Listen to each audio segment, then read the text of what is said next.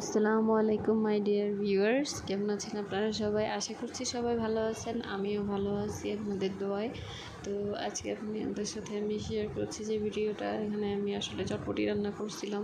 Basically চটপটি রান্না করাটা আমি আমার বড় মামির কাছ থেকে শিখছি, কারণ বড় মামি প্রফেশনালি আসলে চটপটি রান্না করে, কারণ আমার মামার শপ আছে, সেইখানে চটপটি, হালিম, আপনার ফুচকা, ছোলা ভুনা এগুলো বিক্রি হয়।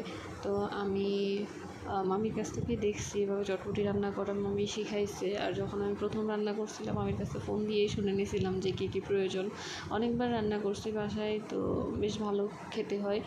তো আজকে বাসায় সবাই ছিল, আগে বলছি যে দোকান অফ, যার কারণে বাসায় সবাই আছে। তো সন্ধ্যায় নাস্তা করার জন্য আসলে চটপটি রান্না করব, তাই আব্বুকে বলছিলাম যে বাবা বাজার থেকে বুট নিয়ে আসেন।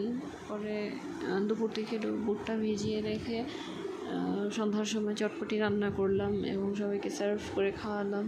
বেশ ভালো হয়েছিল, সবাই বলছে যে ভালো হয়েছে, সবার পছন্দ হয়েছিল। তো আমি আবার আপনাদের কাছে বলছি যে আমার ভিডিওগুলো যদি আপনাদের ভালো লেগে থাকে, তাহলে অবশ্যই আপনারা লাইক অ্যান্ড সাবস্ক্রাইব করে দিবেন। কারণ আমি বারবার বলি যে আমি পারি না, পারদর্শী না একেবারেই, আমি আস্তে আস্তে শিখতেছি। আর আপনারা যদি পাশে থাকেন, আলহামদুলিল্লাহ আমি আরও ভালো পারবো ইনশাল্লাহ। আমি চেষ্টা করব যে ভালো কিছু করার আর ভালোভাবে শেখার, কারণ মানুষ একবারেই সব কিছু পারে না, একবারেই উপরে উঠতে পারে না, মানুষের সময় লাগে। আস্তে আস্তে সবাই ভালো কিছু করতে পারে, উন্নতি করতে পারে। তো হয়তো আমি গুছিয়ে কথাও বলতে পারি না, আমি নার্ভাস থাকি যখন ভিডিও এডিট করি। তো আমার এই নার্ভাসনেসগুলো হয়তো আস্তে আস্তে চলে যাবে, এটা একমাত্রই সম্ভব যদি আপনাদের থেকে আমি রেসপন্স পাই, আমার ভিডিওগুলো আপনারা দেখেন বা আমার ভিডিওগুলো আপনারা লাইক করেন, তাহলে হয়তো আমি ভরসা পাবো যে না, আসলে আমিও পারি, আমিও পারবো।